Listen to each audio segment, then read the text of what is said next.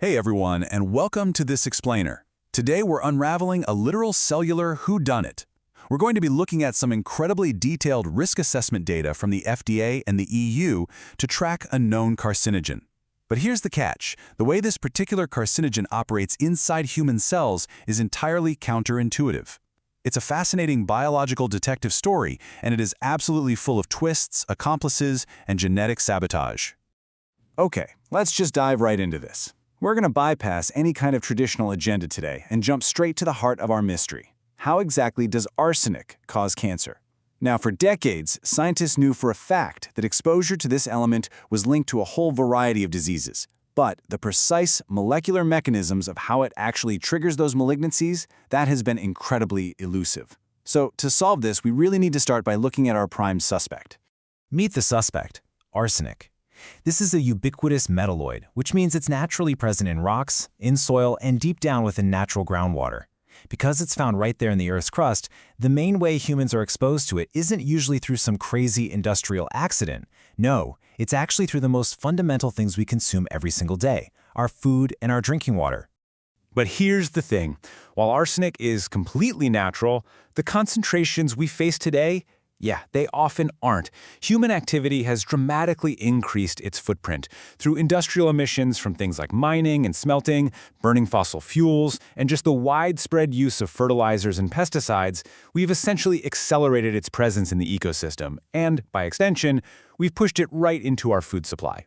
So what exactly happens when this element enters the human body? Let's walk through the infiltration process. First up is ingestion, right? You take it in, typically through water or food, like rice. Once it's inside, it travels straight to the liver, where it's extensively metabolized. Your body actually tries to process it through a step called interconversion, basically reducing it to a trivalent form, and then through methylation, which converts it into metabolites known as MMA and DMA, so it can eventually be excreted in our urine. Sounds like a good defense mechanism, right? Well, it has a fatal flaw. And wow, here is the massive biological twist. We take in what's called pentavalent arsenic, but our body's very attempt to process this element by reducing it to that trivalent form we just talked about actually creates highly toxic metabolites. It's literally like a cleaner trying to mop up a spill, but accidentally setting the entire floor on fire instead. These trivalent forms are taken up into our cells much more extensively than the original pentavalent forms. So our own liver's metabolic pathway inadvertently manufactures a much more dangerous cellular threat. Now, what's really interesting about this flowchart we're looking at is just the sheer, mind-boggling complexity of the journey it maps out. This is the FDA's model for assessing human risk. Notice that massive web of variables sitting right between the original concentration in the well water or the food and the actual biological dose that finally hits human cells. It's this multi-layered equation of intake, bioavailability, and frequency before we can even begin to calculate the adjusted number of actual disease cases. Which brings us to, honestly, the most surprising piece of evidence in our whole whodunit. Inorganic arsenic does not directly react or mutate DNA.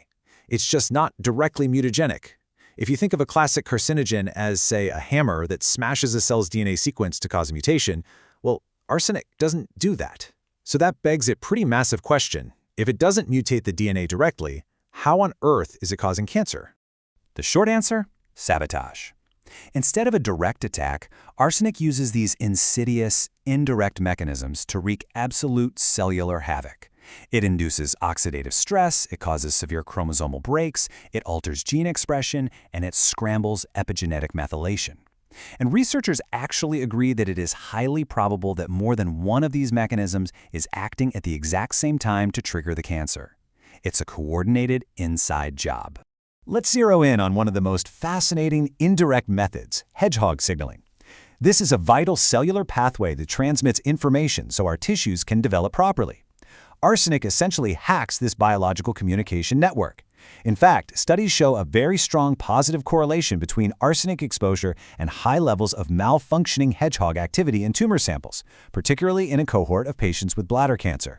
But beyond hacking communication, there's also epigenetic sabotage. Think of methylation as your cell's critical instruction manual and waste disposal system.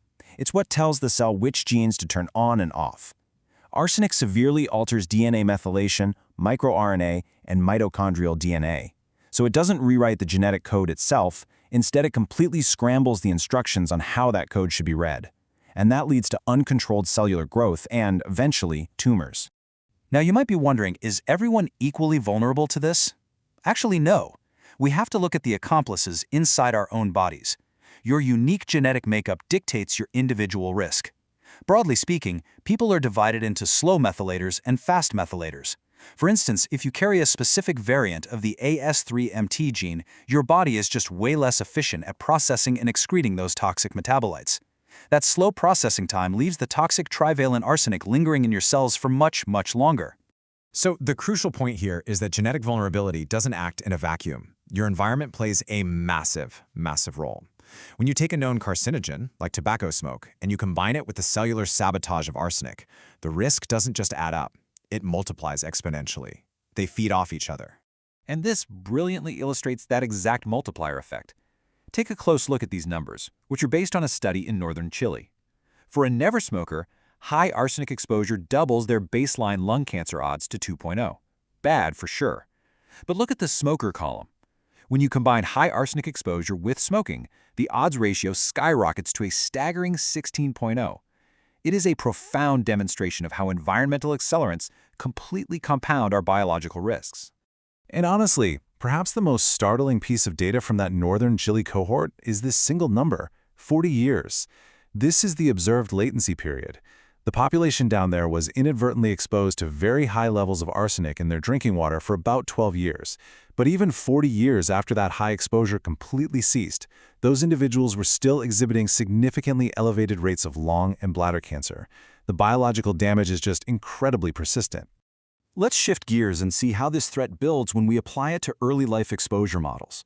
This charts out the predicted lifetime cancer risk for someone exposed to inorganic arsenic, specifically through something as common as white rice cereal, only during their very first year of life. As you'll see, even with just 1 year of infancy exposure, as the serving frequency goes up, the locked-in lifetime cancer cases per million rises right in lockstep. Now expand that exposure window to the first 6 years of childhood. And man, the trajectory becomes so much steeper. Because the latency period of arsenic-induced cancer can span many decades, as we just saw, limiting exposure during these rapid developmental years is absolutely critical to mitigating a person's lifetime risk. So, we've tracked the whole shebang, from environmental accumulation to liver metabolism to epigenetic sabotage and all the way to a decades-long cancer latency. The takeaway? Arsenic doesn't break our DNA. It tricks our bodies into doing the damage for it. Which leaves us with a final, rather personal thought to reflect on today. Considering your environment, your lifestyle, and your own unique genetic makeup, how well is your body methylating today? Thank you so much for joining me on this explainer, and keep asking the deep questions.